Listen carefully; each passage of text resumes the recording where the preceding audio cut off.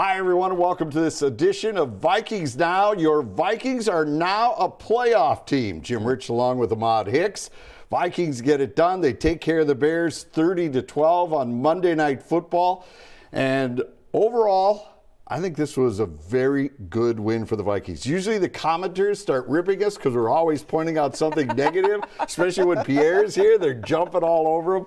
But, you know, everybody talks about blowing out the Bears and the bad teams. Yeah. But the Vikings had a lot to deal with in this game, injury-wise, and guys having to step up and fill roles. And I think the team really came together and showed something tonight. Without cornerback Stephon Gilmore for the second game in a row, and yet this secondary, Fabian Moreau, Byron Murphy Jr., all of them stepped up. The only thing you saw from DJ Moore was just quick now screens that he kept getting. It seemed like that's the only answer the Bears had. I was just watching some tape back. You saw Caleb Williams missing a lot of throws, but I think you credit that to Brian Flores' defense and his ability to create create some confusion on the quarterback, make him think about a lot of things post-snap. So another win, 7th in the row for the Minnesota Vikings, like you just said, clinched that playoff spot officially tonight. Fun times for Vikings fans right now. Yeah, and what you look at here, to me, the way that started, Bears went forward on 4th and 1. And I think that really was a moment where the Vikings set the tempo and said, all right, we're answering you. And they stepped up. They've been the best, I think, 4th down defense all season long, and they showed it again. It's pretty much how dare you challenge us on the opening drive. 4 plays into the game, you're going to challenge us near midfield in front of our home fans with the adrenaline flowing for the defense already. Everyone behind them. Silly call from Thomas Moore, the Bears interim head coach. I understand why he did it. He's trying to breathe some life into that team, kind of kickstart them. But that's a terrible situation to put your defense in, especially going up against the Vikings offense. Now, granted, the Bears did hold the Vikings to just a field goal on that drive. They didn't go down and get 7 points. But still, just a terrible spot to put your team in. And the Vikings rallied from that very moment because, like you said, it instilled a lot of confidence in that defense, and they played with confidence all game long. Yeah, because the second possession the Bears had, they were right in Williams' face. He gets blasted by Grenard. Blake Cashman gets the scoop and picks up some yardage on that play. But the defense and what they did to Caleb Williams. Last time he rallied the team was pretty effective. There never seemed a moment where he was really in control or comfortable. He didn't seem to really have a good handle on the offense tonight. I think that's been the knack with Caleb Williams all season, and you watch his tape and things like that, but I think you credit this one guy on the Vikings team, Blake Cashman. The Vikings are undefeated when Blake Cashman plays football for them. 0-2 when he's 1-2 when he's missed a game. So look, Blake Cashman, I think, is the answer to this defense because he can stop the run. He can play those passing lanes. You're talking about a lot of different players doing a lot of different things, and Blake Cashman does a phenomenal job in that, especially with Jonathan Grenard. Him coming off the edge, big pickup for him, the Vikings, 11 sacks now for Jonathan Grenard, another forced fumble on the season for him. So he's living up to those expectations. Blake Cashman is living up to those expectations. The Vikings brought in 3 players on defense who they said were game changers: Andrew Van Ginkel, Jonathan Grenard, Blake Cashman. Blake Cashman is leading the team in tackles. Grenard and Van Ginkel are second, 1 and 2 in sacks. So it's these 3 guys they paid big dollars to are stepping up in big ways now. And you know what's amazing is, to me, and maybe a lot of Viking fans, those signings didn't really move the needle. It just seemed like the Vikings were replacing guys that left via free agency, right? You had Danielle Hunter leave. Oh, okay, we'll take a younger guy in Grenard. And it seemed like it was just putting in different pegs in the same holes, and it didn't seem like there was this capacity for this giant leap forward that this defense has shown. I think the year. people who kind of underestimated those moves were the people who aren't football savants, that don't watch the game a lot. And they're like, all right, what are these guys going to do? Because when you talk about Jonathan Grenard, Andrew Van Ginkel, Blake Cashman, those 3 guys in particular, the one thing that they do very well that Danielle Hunter didn't do, Jordan Hicks didn't do well, DJ Wanham didn't do, was play multiple positions. Danielle Hunter, DJ Wanham, hand in the dirt, I'm going to get after the quarterback. Jordan Hicks, see ball, go get ball. Whereas Blake Cashman, he can play that zone now where when you're talking about dropping back, reading the quarterback's eyes and finding those lanes. Andrew Van Ginkel being instinctive enough to know, hey, I have a quick screen coming on my side. Instead of rushing towards the quarterback, I'm going to fade out this way to get in that passing lane. He almost got another pick six on that last week. So you're talking about very instinctive guys. And then Jonathan Grenard, one guy who's came here and allowed to be more than the traditional outside linebacker defensive end. Before, when he was in Houston, he was a 4-3 guy, get after the quarterback the same way we saw Danielle Hunter here for years, whereas Brian Flores is challenging him now. You say, you know what? You excel at getting after the quarterback. Now I want to see how you do dropping in disguise and things like that, where we can kind of, switch you up and get some different pressures on the quarterback. So those three guys are very versatile, and that's helped Brian Flores out a ton, in addition to Stephon Gilmore, who's kind of locked up one side of the football field when he does play. Shaq Griffin and all the veteran experience they brought back there, because they tried to get it done with youngsters, Caleb Evans and guys like that, and they just weren't ready for the big And the stage. one big thing last year, the team was leaning on Byron Murphy Jr. to be their top corner, whereas Byron Murphy Jr. is really a nickel cornerback. He should never be isolated on the outside for an entire 60-minute ball game. Now you bring in Shaq Griffin, you bring in Stephon Gilmore, Fabian Moreau. You allow Byron Murphy to flourish at his natural position, which is taking away those slot defenders, wide receivers, and that's something he's done extremely well this season. So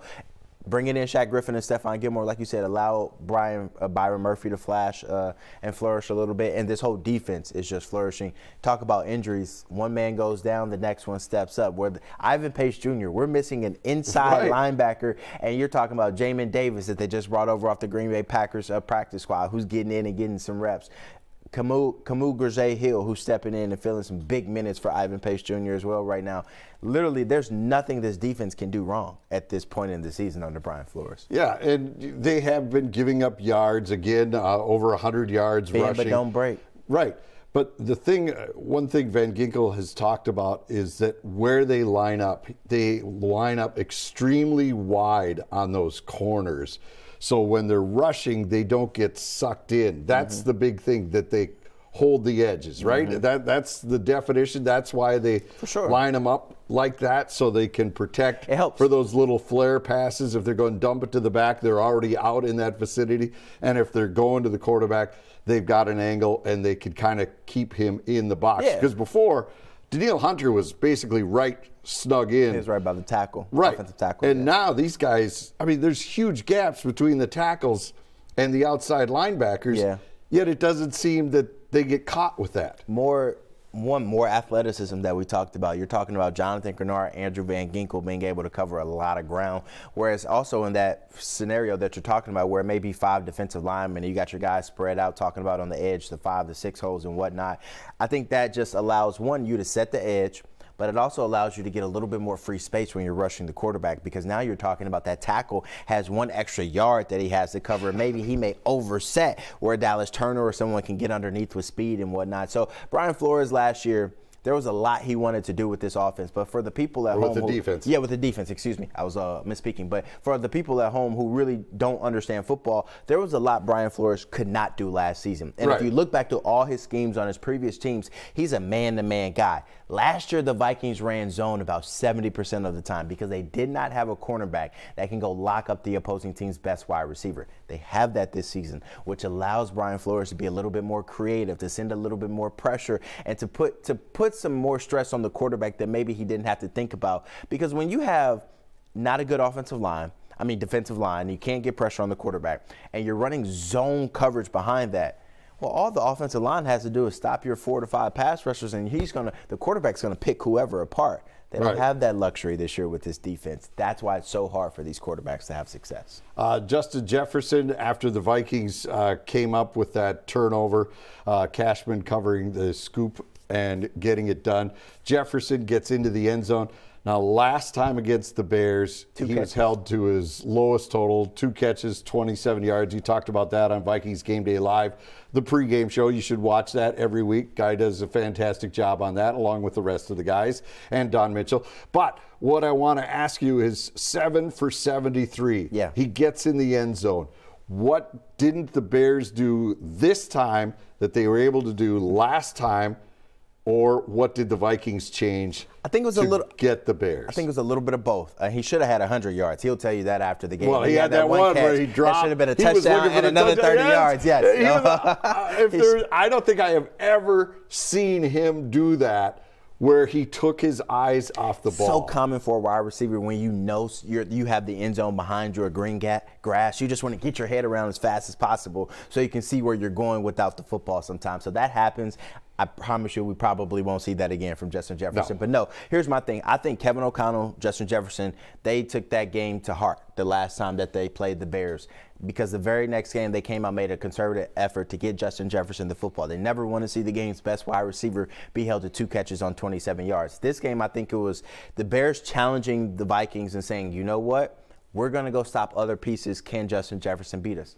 He beat them. They challenged Justin Jefferson because they didn't have their best corner, Jalen Johnson, over him a lot. They didn't double bracket him a lot when he was going from motions and going across the field and, going back on those over routes and whatnot. So the Bears dared the Vikings to beat them, and the Vikings beat them. But I think the Vikings also kind of took some notes on that game versus the Bears that first time around. Said, all right, if they're going to double Jets, these are the plays we need to run to get him involved, to get him open some more. And I guarantee it, when Sam Darnold goes back and watches the film, he's going to be begging for several throws back where he had Justin Jefferson wide open. This was one of the rare times that we've seen in this run that Sam has been on where he was missing people. The throws weren't coming out like we've seen on this great stretch he's had since the Jacksonville Sometimes it's like when game. you're getting guys in your face, the last thing you want to do is hang on to the ball for 1 extra second. Sometimes that's all Justin Jefferson needs is just 1 extra second. And then you also saw him kind of forcing the ball to Jets a little bit, which is 13 targets. Yeah, and I mean, that interception that he had was just TJ Hockenson in the area, Justin Jefferson in the player. He's saying one of my guys will go make a play. Unfortunately for Darnold, neither of those guys made their play, but you live and die with that situation. I thought that was a mistake, going for it on that 4th and 4. You were up 10-0. You're playing a team that's lost 7 straight. Nothing has gone well for them. They went for it on a 4th, got stuffed.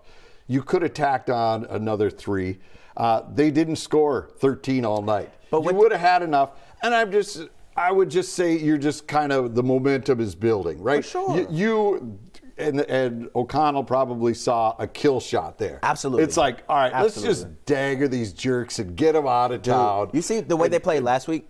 After you put up 42 points, you beat a team by 3 touchdowns, the last thing you're trying to do that next week is dial it back and be like, all right, well, we're just going to be conservative here. We're right here. Let's take 3 points. Like, no, put your foot on the gas pedal. Bury these guys. Like, put your foot on their necks. Like, this is what you want to show the rest of the NFL world, that we're not scared. That's why Dan Campbell and the Lions are so successful, because in 4th down situations, he's not afraid to go for it. Sometimes you win, sometimes you don't win. Right. But that's just the name of the game. But when you do go for it, everyone's talking about that gutsy call that kind of pushed the team over the top and things like that. I understand that, but this wasn't a game where you had to steal the momentum. I think if you didn't have to all of a sudden, oh man, we're in trouble here. That's showing your defense you trust them. That's what that means. And that's showing your offense that you trust them. Defense is going like, just take the 3, please. Let them kick they off. Can say start that, at their 20. but I think the offense, that sends a bigger message to the offense and a signal to the offense that says, I don't trust you. This offense has been red hot. There's then why no not let them go reason for to it? throw any gas on it. There's you no let them reason go to for gas on it. You guys did the job. We're down here. We'll take the 3.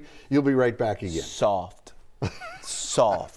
That's that mentality. Soft. Okay, commenters, let me know. Soft. You go for it. Which side are you on here? You go for it. You get some momentum in your team. You let them know, I believe in you. It's 4 yards. Well, I trust you. You can go get 4 yards. O'Connell believes in this offense. There's no doubt about that. But you don't need to show it. Do we see what happens? You show it throughout the whole game and what we have installed all along. For sure. Let's just be smart here. Let's get our How many times have we seen a team go for a field goal in situations like that and they end up losing by a field goal? Not to a team that's lost 7 in a row. I understand your thinking, and if it was Green Bay or if it was the Lions, absolutely.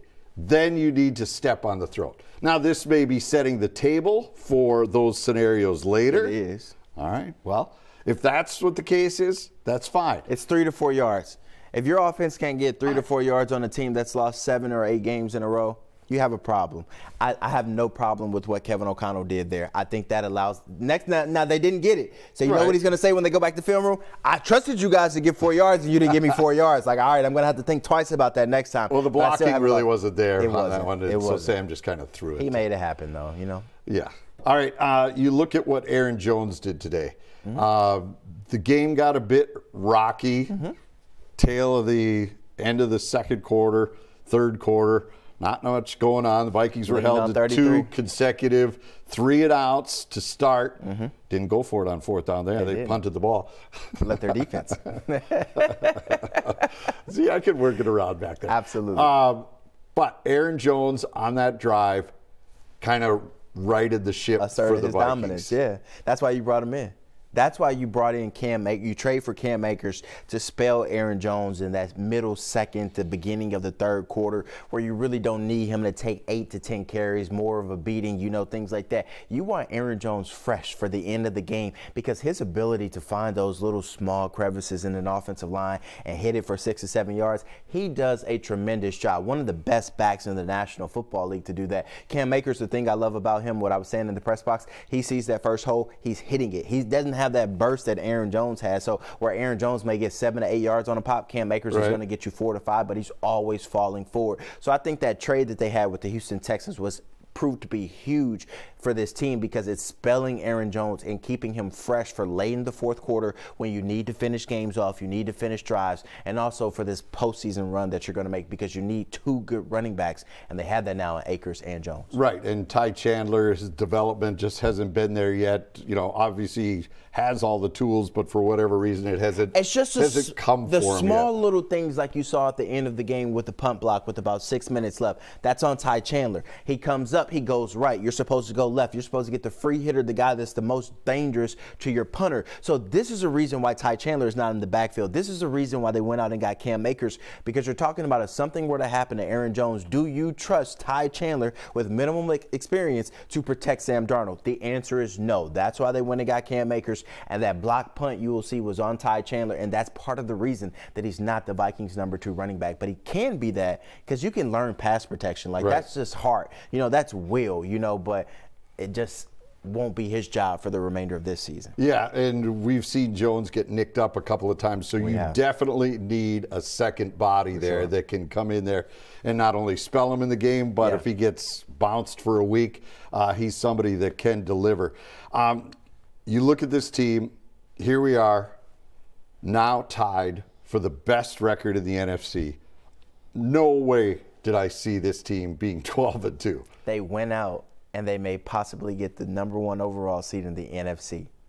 No one in Minnesota. Not even the that. Vikings. I don't think O'Connell and Kwesi thought it would come together as beautifully as it has. And none of the beat writers. I was talking to some beat writers before the season. I'm like, give me your outlook on the season. Oh, it's going to be an awful season. It's going to be a long season. I know. Vegas had them at 6 wins. Everyone talked about this team. Look, I'm not going to sit here and say I was on the other side because I was in that circle like, bridge year. But I was kind of optimistic about the defense, and I kept saying, you know what, this defense is better than the defense the last 2 seasons that the Vikings have put out on the field. And 2 seasons ago, this team went 13-4 and got, 1 stop away from winning a playoff game. So I thought the defense was better. Did we see Sam Darnold doing this? No, but what we've noticed this year is Kevin O'Connell is a mastermind with these quarterbacks. And we kind of saw it last year in flashes, like Nick Mullins, Jaren Hall, Josh Dobbs. They all had chances to win games late, but they didn't have that arm strength, or they didn't have that accuracy. Sam Darnold was the number 6 overall pick in the 2019 draft. They're talking about having all of those intangibles that you want out of a quarterback one. And Sam Darnold, Kevin O'Connell was like, look, you gave me something to work with. Now you got to see what I can do. And a lot like Brian Flores in the defense, exactly. Right? It's almost the exact same You're scenario, only as right? good as the weapons and the tools that you have in your arsenal. Last year, they did not have a ton of tools. Now they have all their tools, all their weapons are back, everyone's healthy. You add Aaron Jones to the mix, you add Grenard, Van Ginkel, Cashman. Now this whole football team, we're talking Madden ratings. They went from like a 78 overall to about a 91 overall now with those additions and the way they've been playing this year. Well, right, and that's the thing. That's why, like I said, when we were talking about the defense, it just seemed like you were plugging holes. For sure. Right? Kirk Cousins walks away. All right, we'll plug it with Darnold till the rookie's ready to go.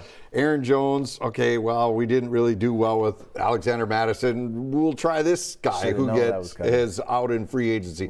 Right? So all these pieces just didn't seem like it built some fantastic tower. No. It just seemed like it was going to build you a blockhouse. But that's what happens when you get veteran, experienced players that have been around the league for a long time that want to win, that are hungry to win and do more in the first couple of rounds of the playoffs. That's what you have right now. You don't have that young, inexperienced, athletic rookie group where everyone's just wet behind the ears and they're like, all right, I just want to go play football. Whereas now everyone's like, look, man, Josh Metellus is really good safety.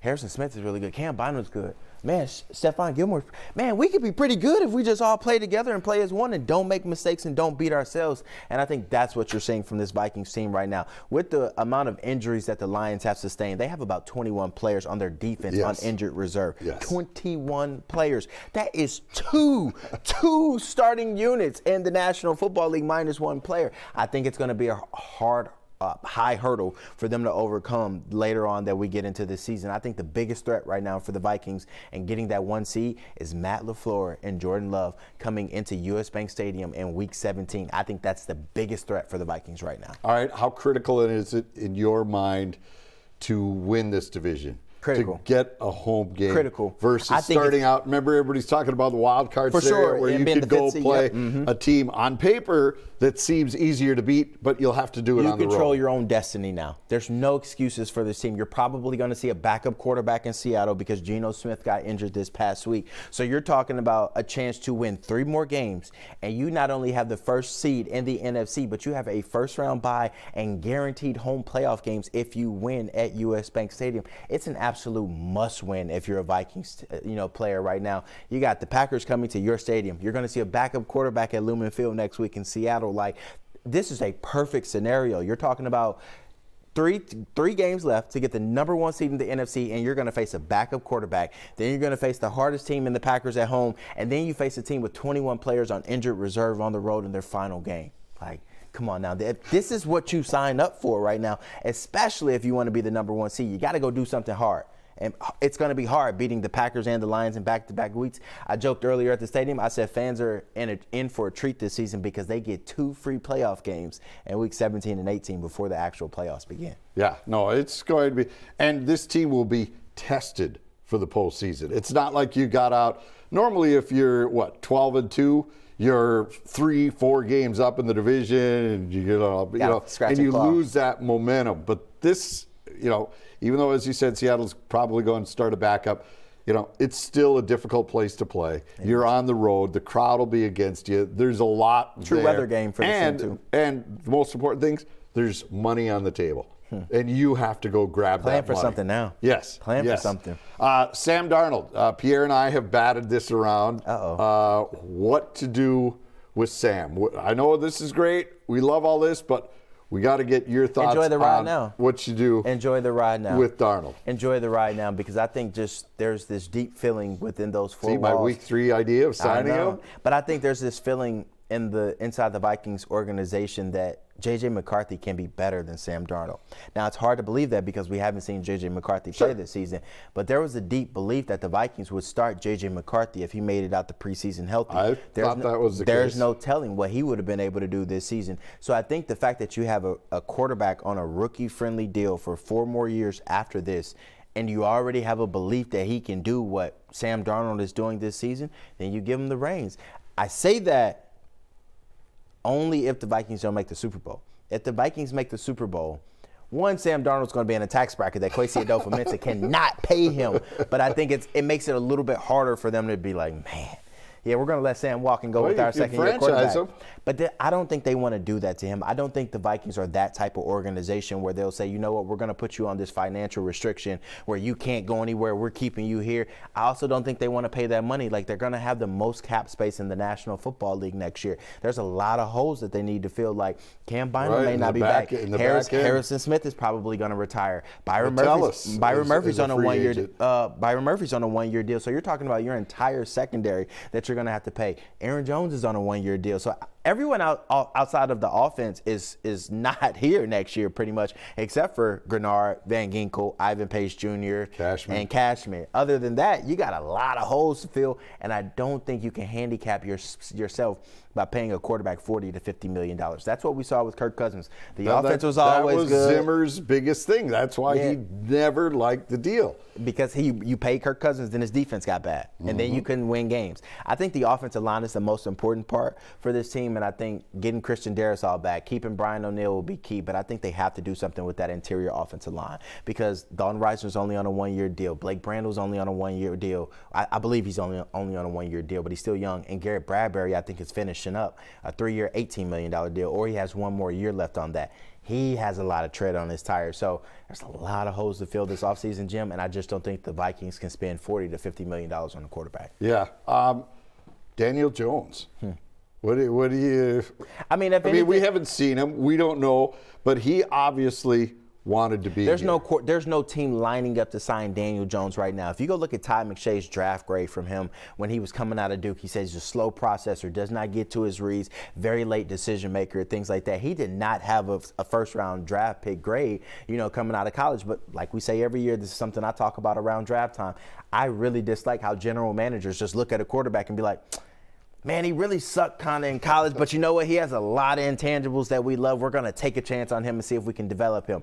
I don't love that they do that. I think if you're going to develop a quarterback, you take him late, or you get him after they struggle somewhere, kind of like they did with Sam Darnold. Well, this could open up a whole new, and I think but you got to have the right coaches. I think you do, and you have to have the right. You have to have the right tools around a quarterback too. You have to have an offensive line, receivers. You have a guy with a catch radius from here to the other side of the room. And so that's why I think this situation with Darnold makes things, I won't say a little bit murkier for them, but having Daniel Jones clears it up just a little bit because he's looking at how KOC revitalized Sam Darnold's career. And he's like, you know what? There's not many teams lining up to sign me this offseason. And if they are, they're probably bad teams. Right. So I'm going to go from a situation in New York to probably an even worse situation. So what's the worst? Sitting behind a Kevin O'Connell, showing flashes in the preseason, and if God forbid something happens to J.J. McCarthy, then you have another guy. And what I loved about Daniel Jones, his arm strength, his athleticism, and his ability to extend plays.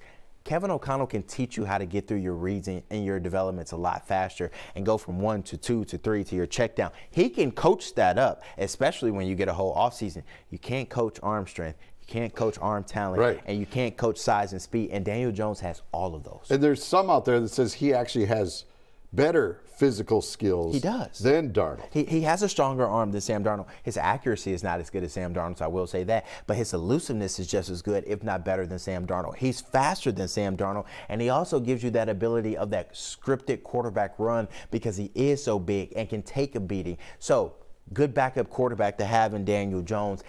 And I think you continue to develop J.J. McCarthy because if he's anything what Kevin O'Connell thinks he can be, the Vikings are in good shape right now. All right, so you look at Darnold, one last thing on him. I think he's not just going to go for the money. I don't think I think he's going to look because he's already been at the bottom of the barrel. For sure. That's realize that if Carolina comes and they put a big pile of money in front of you, but you're going to do a situation where you've already struggled versus a guy who just came into the league, ripped it up, and then was at the end of his rookie deal, right. And he'll take anything because he thinks I could do it myself, right? Versus a guy who's been at the bottom, has had all his momentum, his spirit snapped, and then he sees what happens when you're surrounded by good players, right. good coaches, and a good system, and all of a sudden you can excel. It's funny. It's funny you say this because this is a conversation that I had with another one of my buddies in a fantasy football league. We were talking about all this, and I'm just like, all right, Sam Darnold, really good quarterback this year for the Minnesota Vikings. He's a really, really good quarterback for the Minnesota Vikings. What was your point again? I'm sorry, I got sidetracked. Oh, that he may not just jump at the money. Yes. The Vikings could put together a package that may not be the highest. So this is what but he would consider that, I think, strongly. This is what because of his history. Two things to that point. I don't know his financial background and where he comes from, and if money's the end-all, be-all for him. It's kind of hard to turn down a 3-year, $150 million deal because that's probably what he's playing for right now. The way he's playing, he's probably going to get that, especially if the Vikings finish 15-2, get the number 1 seed in the NFC. Like, he's going to get paid a ton of money. But like you said, on the flip side, if you're Sam Darnold, you know you can get that money, but you know you may not see that production or value that you had this past season, especially if you don't have an offensive-minded head coach or offensive coordinator like Kevin O'Connell, or the game's best wide receiver in Justin Jefferson, or the best tight end in football in T.J. Hockenson, or one of the best backs in Aaron Jones, or 1B wide receiver in Jordan Addison. Like, you got to think, like, this is a lot of weapons around him, and if you go somewhere else, you don't get that same luxury you have here in Minnesota. So I think that's why Sam Darnold probably goes back to Minnesota like, hey, I don't need $150 million, but I'll take 3 years for $110. Then I think the Vikings get in a really tricky situation where they're like, man, like you proved you can go win like with us, and like, but three years, 110 is a lot. But if I'm Sam Darnold, 26 years old, you don't leave $150 million on the table unless you say, the money means nothing to me. I want a chance to compete for Super Bowls. And if that's the case, you tell Minnesota, I'll stay here for $15 million next year. Just let me get one more shot to get over the hump and finish it out, and then I'll go somewhere else. Like, because I know you guys got your guy. So that's what I think. If he really wants a Super Bowl, you tell the guys, hey, I'll come back on a 1-2 year deal. You give me $50 million, I'll come back. If not, it's like, if he cares about money, then he's going to go get 3 years, $150 million. And it'll be there. It will certainly be there. It will be there. But you know what? If he gets to the Super Bowl, you said it'd be real hard.